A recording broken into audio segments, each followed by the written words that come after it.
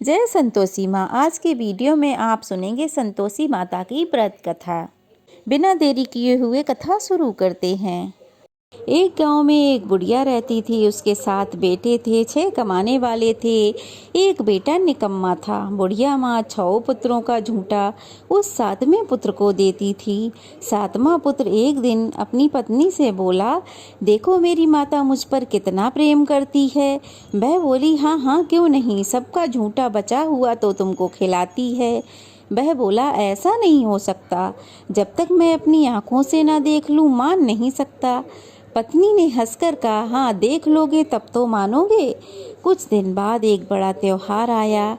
घर में 7 प्रकार के भोजन और चूरमा के लड्डू बने। वह पत्नी की बात को जांचने के लिए सिर दर्द का बहाना बनाकर पतला कपड़ा सिर पर ओढ़कर रसोई घर में जाकर सो गया और कपड़े में से सब कुछ देखता रहा। 6 भाई भोजन करने आए। उसने देखा माँ ने उनके लिए सुंदर सुंदर आसन बिछाए, 7 प्रकार की रसोई परोसी और आग्रह कर करके उन्हें भोजन कराती रही। वह देखता रहा। 6 भाई भोजन कर उठ गए। तब माँ ने उनकी थालियों में से लड्डुओं के टुकड़ों को उठाया, एक लड्डू बना दिया। झूठन साफ कर माँ ने उसे पुकारा, बेटा उठ, तेरे भाइयों ने तो भोजन कर लिया है, अब तू भी भोजन कर ले। उसने कहा, माँ मुझे भोजन नहीं करना, मैं परदेश जा रहा हूँ। माता ने कहा, हाँ हाँ कल जाना हो तो आज ही चला जा। वह बोला, हाँ हाँ आज ही जा रहा हूँ। यह कहकर वह घर से निकल गया। चलते समय उसे अपनी पत्नी की याद आई। वह गौशाला में कंडे थाप रही थी। वहाँ जाकर वह बोला, मेरे पास तो कुछ नहीं है, यह अंगूठी है सो ले लो और अपनी कोई निशानी मुझे दे दो। वह बोली, मेरे पास क्या है, ये गोबर भरा हाथ है। ऐसा कहकर पत्नी ने उसकी पीठ पे गोबर के हाथ की थाप मार दी। अब वह चल दिया। चलते चलते दूर देश जा पहुंचा। वहाँ एक साहूकार की दुकान थी। वहाँ जाकर बोला, सेठ जी मुझे नौकरी पर रख लो। साहूकार को नौकर की सख्त ज़रूरत थी, तो साहूकार ने कहा, काम देखकर तनख्वाह मिलेगी। उसने कहा, सेठ जी जैसा आप ठीक समझें। उसे साहूकार के यहाँ नौकरी मिल गई। वह दिन रात काम करने लगा। कुछ दिन में दुकान का लेन देन, हिसाब किताब, ग्राहकों को माल बेचना, सारा काम करने लगा। साहूकार के 7-8 नौकर थे, वे सब चक्कर खाने लगे, लेकिन उसने अपनी लगन और परिश्रम और ईमानदारी को पीछे नहीं छोड़ा। उसे अपने किए का फल मिला। सेठ ने भी उसका काम देखा और उसे 3 महीने में ही मुनाफे में साझेदार बना लिया। परिश्रम करते करते वह 12 बरस में ही नगर का नामी सेठ बन गया और सेठ अपना सारो कारोबार उस पर छोड़कर वहाँ से चला गया। इधर उसकी पत्नी पर क्या बीती वह भी सुनो। सास ससुर उसे दुख देने लगे। गृहस्थी का काम करवाकर उसे लकड़ी लेने जंगल भेजते। इस बीच घर के आटे से जो भूसी निकलती है उसकी रोटी बनाकर रख दी जाती और फूटे नारियल के नरेली में उसे पानी दिया जाता।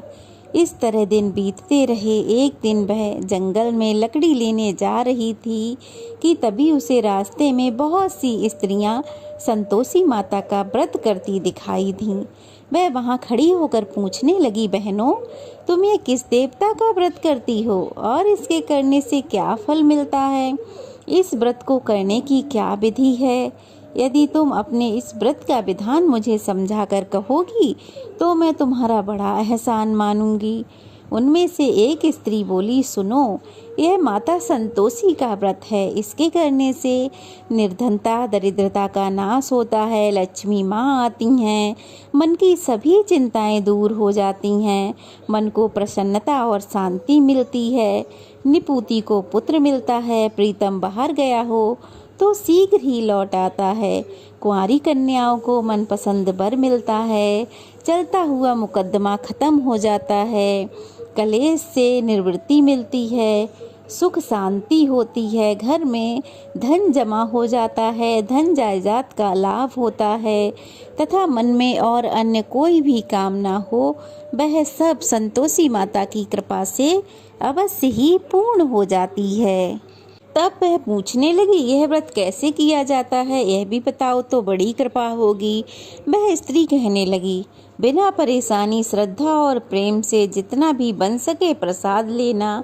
5.25 पैसे से 5.25 आने तथा इसमें भी ज़्यादा शक्ति और भक्ति के अनुसार गुड़ और चना लें।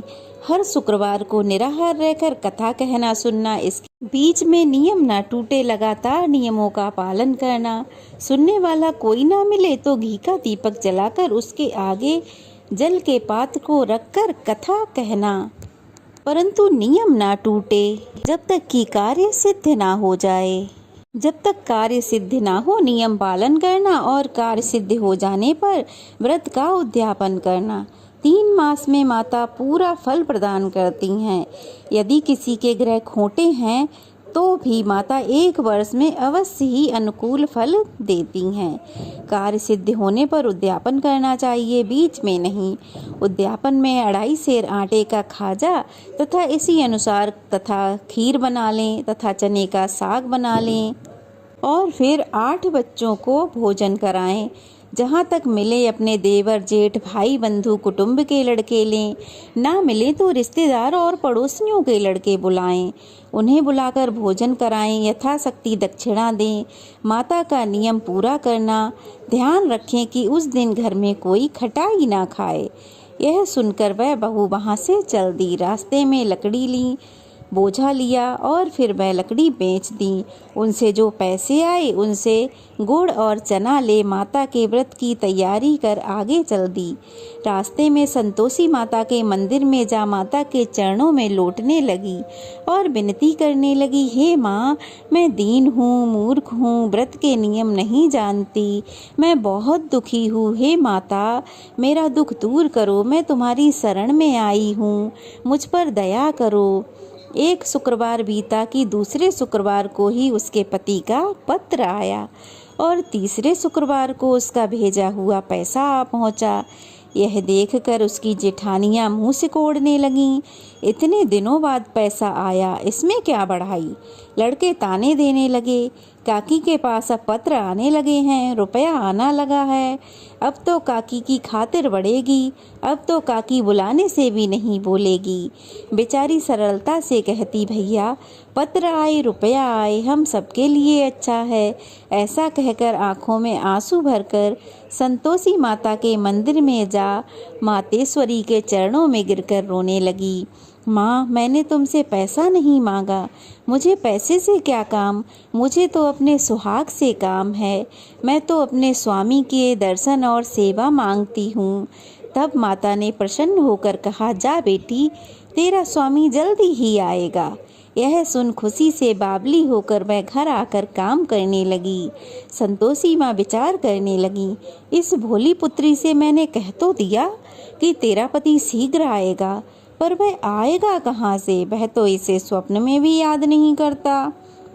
उसे इसकी याद दिलाने मुझे ही जाना पड़ेगा। संतोषी माता ने उस बुढ़िया के बेटे को स्वप्न में समझाया, पुत्र, तेरी पत्नी बड़े कष्ट उठा रही है, घर वाले उसे बड़े कष्ट दे रहे हैं, तू शीघ्र जा उसकी सुधि ले। वह बोला, माता, मैं तो यह सब नहीं जानता, परंतु मैं क्या करूं, वहां कैसे जाऊं, परदेश की बात है, लेन देन सारा हिसाब किताब है, कोई जाने का रास्ता नजर नहीं आता, आप ही कोई राह दिखाएं कि मैं कैसे जाऊं। माँ कहने लगी, सवेरे नहा धोकर संतोषी माता का नाम ले, घी का दीपक जला दंडवत कर दुकान पर जा बैठना। देखते देखते तेरा सारा लेन देन चुक जाएगा, जमा माल बिक जाएगा, सांझ होते होते धन का ढेर लग जाएगा। वह अगले दिन सुबह जल्दी उठा। उसने अपने मित्र बंधुओं परिचितों को स्वप्न में माता द्वारा की गई बात कह सुनाई। वे सब उसकी खिल्ली उड़ाने लगे। वे कहने लगे, कभी सपने की बात भी सच होती है। एक बूढ़ा व्यक्ति समझदार था, वह बोला, देखो भाई, मेरी मानो तो इस तरह सांच झूठ करने के बदले देवता ने जैसा कहा है वैसा ही कर लो, इसमें करने में क्या जाता है। बूढ़े की बात मानकर वह नहा धोकर संतोषी माता का नाम ले उन्हें प्रणाम कर उनके आगे एक घी का दीपक जलाकर दुकान पर जा बैठा। अब क्या, देखते ही देखते उसका सारा माल बिक गया। शाम तक धन का ढेर लग गया। वह हैरान हुआ, मन में संतोषी माता का नाम ले प्रसन्न हो अपने घर जाने के वास्ते गहना कपड़ा खरीदने लगा। सब काम से निपटकर वह घर की ओर रवाना हुआ। उधर उसकी पत्नी जंगल में लकड़ी लेने गई। लौटते वक्त थक जाने के कारण माता के मंदिर में विश्राम करने बैठ गई। यह तो उसका रोज का रुकने का स्थान था। धूल उड़ती देख उसने पूछा, हे माता, यह धूल कैसी उड़ रही है? माँ ने कहा, हे पुत्री, तेरा पति आ रहा है। तू ऐसा कर, लकड़ियों के 3 बोझ बना, एक नदी के किनारे रख, दूसरा मेरे मंदिर पर और तीसरा अपने सिर पर रख। तेरे पति को लकड़ी का गट्ठा देखकर मोह पैदा होगा, वह यहाँ रुकेगा, नाश्ता पानी बना खाकर माँ से मिलने जाएगा। तू लकड़ी का बोझ उठाकर जाना और बीच चौक में गट्ठा डालकर जोर से 3 आवाज लगाना। लो सासू जी, लकड़ियों का गट्ठा लो, भूसी की रोटी दो, नारियल के खोपरे में पानी दो, आज कौन मेहमान आया है? संतोषी माँ की बात सुनकर वह बहुत अच्छा माँ कहकर प्रसन्न हुई और लकड़ियों के 3 बोझ बना लाई। एक नदी तट पर रखा, दूसरा माता के मंदिर पर। इतने में ही एक मुसाफिर आ पहुँचा। सूखी लकड़ी देख उसको इच्छा हुई कि अब यहीं विश्राम कर ले, भोजन बना खाकर फिर गांव को चले। इस प्रकार भोजन बनाकर खाया, विश्राम कर वह अपने गांव को गया। उसी समय बहू सिर पर लकड़ी का गट्ठा लिए आई। उसने गट्ठा को आंगन में डाला और जोर से 3 आवाजें दी। लो सासू जी, लकड़ी का गट्ठा लो, भूसी की रोटी दो, नारियल के खोपरे में पानी दो, आज कौन मेहमान आया है?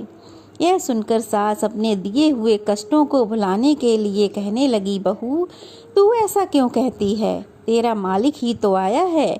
आ बैठ, मीठे भात खा, गहने कपड़े पहन। पत्नी की आवाज़ सुनकर उसका स्वामी बाहर आया और उसके हाथ में पहनी अंगूठी देख व्याकुल हो गया और माँ से पूछने लगा, माँ, यह कौन है? माँ बोली, बेटा, तेरी पत्नी है। आज 12 बरस हो गए। जब से तू गया है तब से सारे गांव में जानवर की तरह भटकती फिरती है, काम काज कुछ करती नहीं, 4 समय आकर खा जाती है। अब मुझे देखकर भूसी की रोटी और नारियल के खोपरे में पानी मांगती है। वह बोला, माँ, मैं इससे भी जानता हूँ और तुम्हें भी। मुझे दूसरे घर की चाबी दो, मैं उसमें रहूँगा। माँ ने कहा, ठीक है बेटा, जैसी तेरी मर्जी। कहकर माँ ने चाबी का गुच्छा बेटे के सामने रख दिया। उसने दूसरे घर को खोला और सारा सामान उसमें जमाया। एक ही दिन में वहाँ राजा के महल के समान ठाट बाट बन गए। अब क्या था, वह सुख भोगने लगी।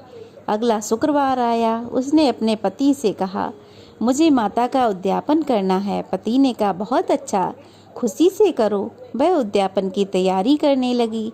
जेठ के लड़कों को भोजन के लिए कहने गई। उन्होंने मंजूर किया, परंतु पीछे से जिठानी ने अपने बच्चों को सिखाया, देखो रे, भोजन के समय सब लोग खटाई मांगना, जिससे उसका उद्यापन पूरा ना हो।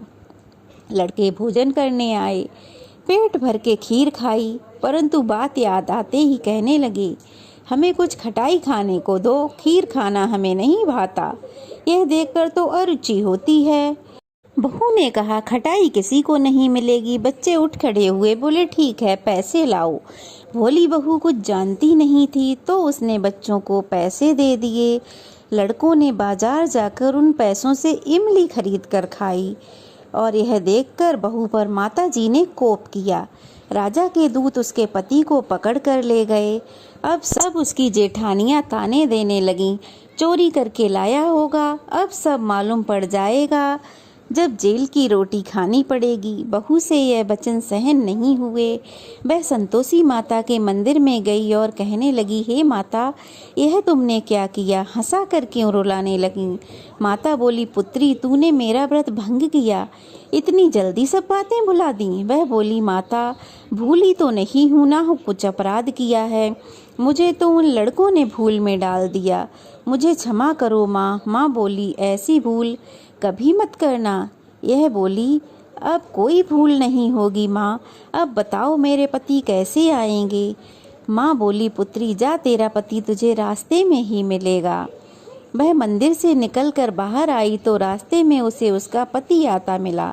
उसने पूछा, कहाँ गए थे? वह बोला, इतना धन जो कमाया है उसका कर राजा ने मांगा था, वह भरने गया था। वह प्रसन्न होकर बोली, भला हुआ, अब घर चलो। फिर अगला शुक्रवार आया। वह बोली, मुझे माता का उद्यापन करना है। पति ने कहा, ठीक है, करो। वह फिर जेठ के लड़कों को भोजन करने गई। जेठानी ने लड़कों को सिखा दिया कि तुम पहले की तरह ही खटाई मांगना। लड़के भोजन करने बैठे, लेकिन भोजन करने से पहले ही कहने लगे, हमें खीर पूरी नहीं भाती, जी बिगड़ता है, कुछ खटाई खाने को दो। वह बोली, खटाई खाने को नहीं मिलेगी, खाना है तो खाओ, नहीं तो उठकर यहाँ से चले जाओ। उसने ब्राह्मणों के लड़कों को बुलाकर भोजन कराया। दक्षिणा की जगह उन्हें एक एक फल दिया, जिससे संतोषी माता बहुत प्रसन्न हुई। माता की कृपा से 9वें महीने में उसको चंद्रमा के समान एक सुंदर पुत्र प्राप्त हुआ। पुत्र को लेकर वह प्रतिदिन संतोषी माता के मंदिर जाने लगी। माँ ने सोचा कि यह रोज आती है, आज क्यों ना मैं ही इसके घर चलूं, इसका आसरा तो देखूं। यह विचार कर माता ने एक भयानक रूप बनाया। गुड़ और चने से सना मुख, ऊपर से सूंड के समान मोटे मोटे ओंठ, जिन पर मक्खियाँ भिनभिना रही थीं। दहलीज में पांव रखते ही उसकी सास चिल्लाई, देखो रे, कोई चुड़ैल डाकिनी चली आ रही है, लड़कों इसे भगाओ, नहीं तो ये सबको खा जाएगी। बहू रोशनदान में से देख रही थी। वह प्रसन्न हो उठी, आज मेरी माता मेरे घर आई है। यह कहकर वह दूध पीते बच्चे को गोद से उतार माँ की ओर दौड़ी। यह देख सास को क्रोध आया और वह बोली, अरे राण, इसे देखकर कैसी उतावली हुई है जो बच्चे को पटक दिया। इतने में माँ के प्रताप से जहाँ देखो वहाँ लड़के ही लड़के नजर आने लगे। वह बोली, माँ जी, मैं जिनका व्रत करती हूँ ना, यह वही संतोषी माता हैं। इतना कह उसने झट से घर के सारे किवाड़ खोल दिए। सबने माता के चरण पकड़ लिए और विनती करने लगे, हे माता, हम मूर्ख हैं, अज्ञानी हैं, तुम्हारे व्रत की विधि नहीं जानते, तुम्हारा व्रत भंग कर हमने बहुत बड़ा अपराध किया है। हे माता, हमारे सभी अपराधों को क्षमा करो। इस प्रकार बार बार संतोषी माता की विनती करने पर संतोषी माता प्रसन्न हुई। इसके बाद उसकी सास कहने लगी, हे माता, आपने जैसा फल बहू को दिया वैसा हम सब को देना।